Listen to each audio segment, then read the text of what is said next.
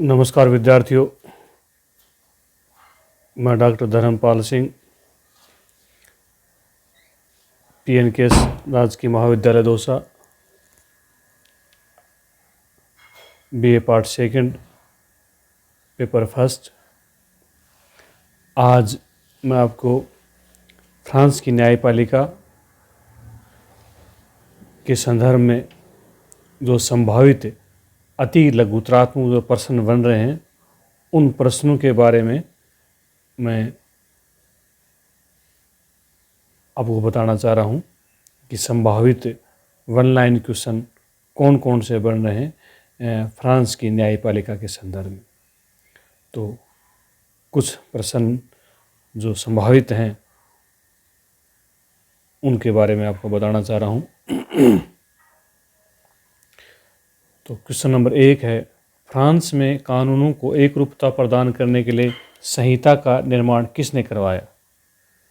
तो इसका आंसर है नेपोलियन ने संहिता का निर्माण करवाया, जो उसके नाम पर ही नेपोलियन संहिता कही जाती है।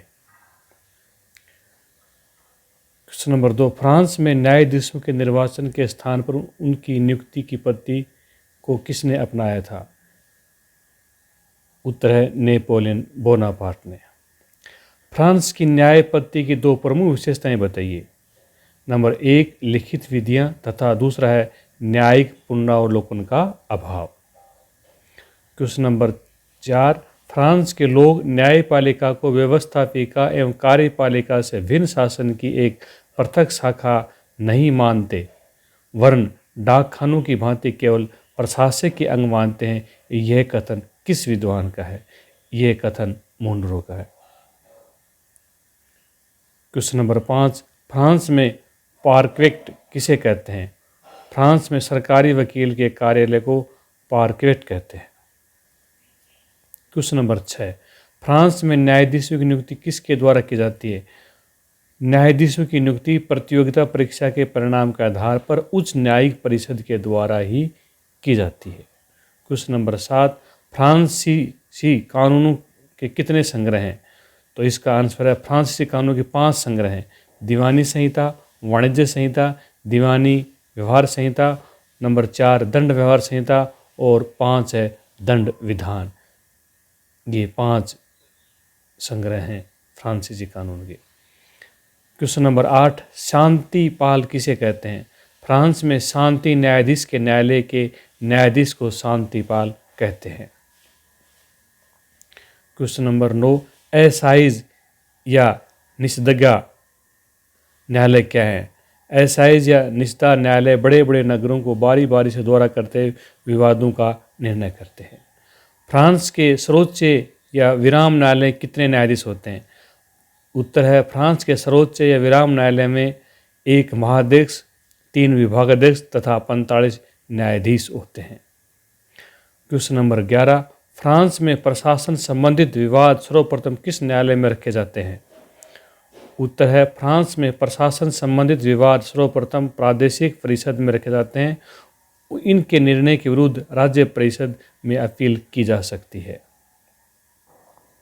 फ्रांस का सर्वोच्च प्रशासक न्यायालय कहाँ पर स्थित है? राज्य परिषद फ्रांस का सर्वोच्च प्रशासक न्यायालय है और ये पेरिस में स्थित है।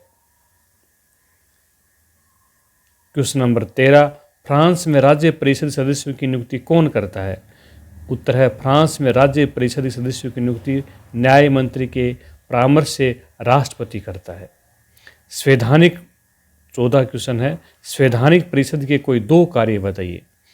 संसद के किसी भी सदस्य की निर्वाचन संबंधित अनियमितताओं पर निर्णय देना तथा जनमत संग्रह की व्यवस्था को परिणाम की घोषणा करना, ये संवैधानिक परिषद के कार्य है।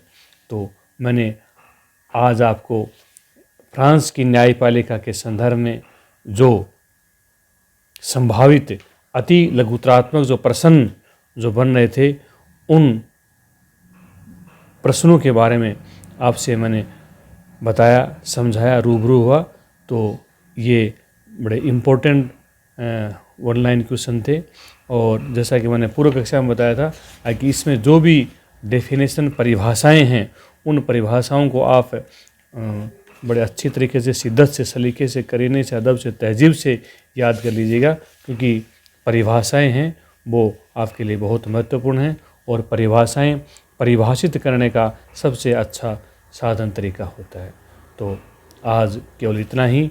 तो फ्रांस की न्यायपालिका के बारे में जो ऑनलाइन क्वेश्चन थे वो आपको मैंने समझाए।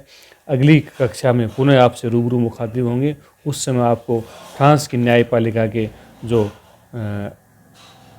वस्तुनिष्ठ प्रश्न हैं उन प्रश्नों के बारे में आपसे रूबरू मुखातिब होंगे। धन्यवाद। जय भारत।